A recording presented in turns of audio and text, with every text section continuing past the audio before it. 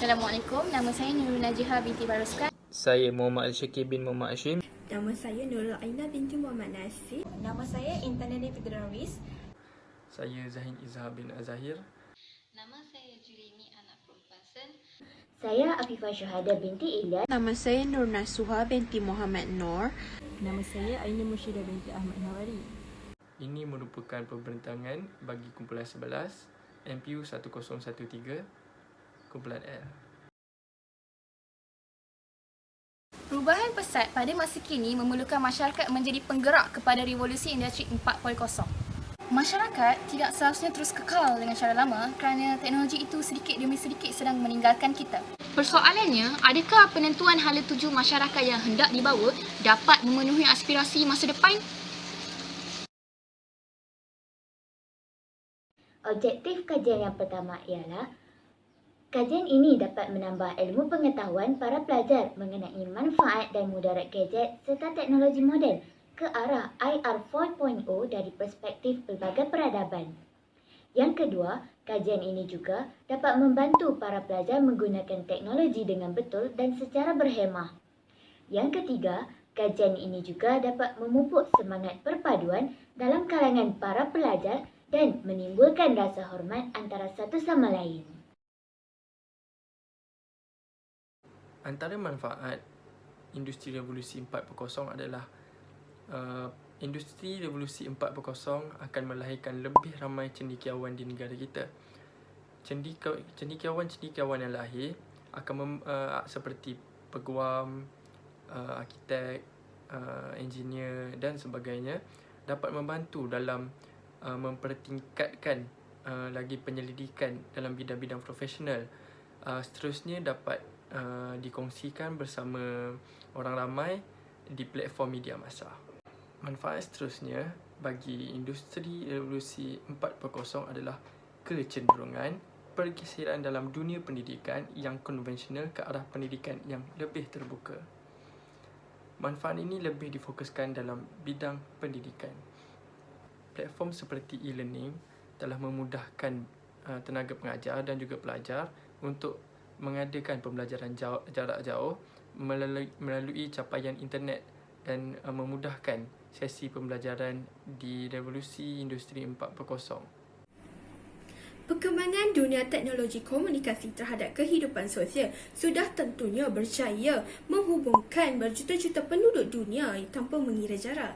Interaksi sosial ini telah menjimatkan dan memudahkan lebih-lebih lagi kepada kumpulan manusia yang bekerja.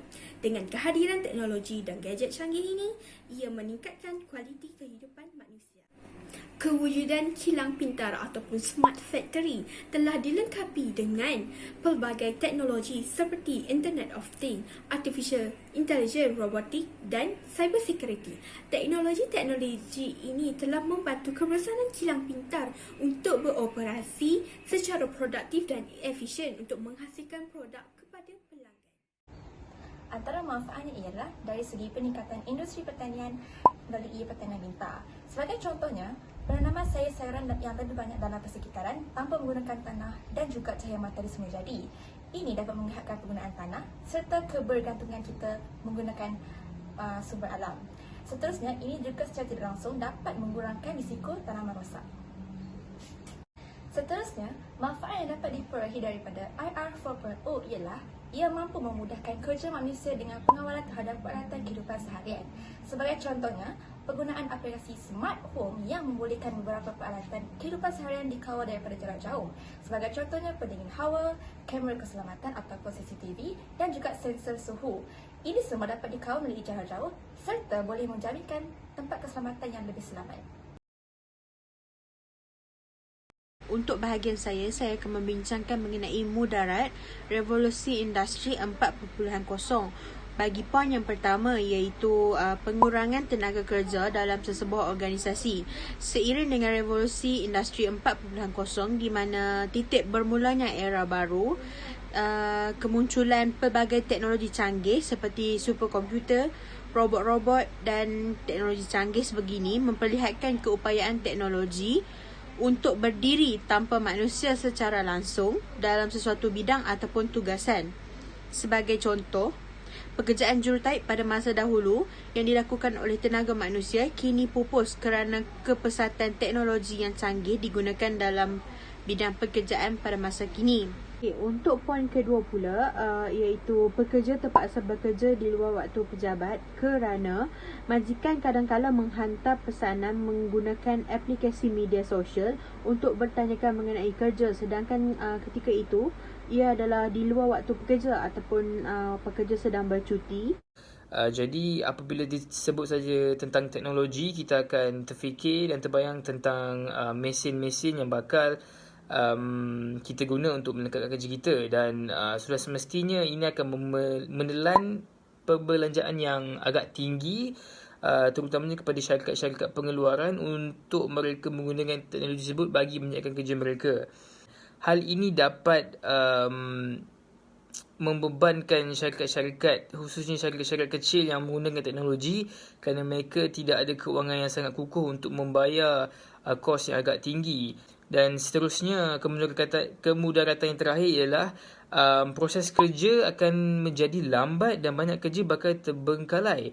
Hal ini kerana apabila banyak pekerja mengakses internet secara serentak, menyebabkan sistem tersebut menjadi lambat, dan seterusnya ia bakal menyebabkan setengah kerja kita akan tertangguh akibat daripada sistem yang lambat dan terhad penggunaannya itu. Di sini, saya ingin terangkan tentang kaji selidik yang telah kami jalankan. Tujuannya adalah untuk mengumpul data orang awam tentang IR 4.0.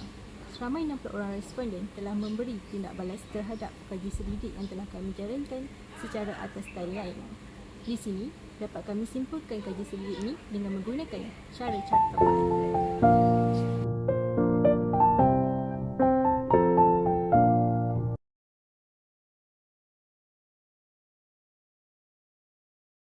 Bismillahirrahmanirrahim. Berdasarkan terhadap isi-isi yang telah diuraikan oleh rakan-rakan saya sebentar tadi, Industri Revolution 4.0 dapat mendatangkan kebaikan dan keburukan.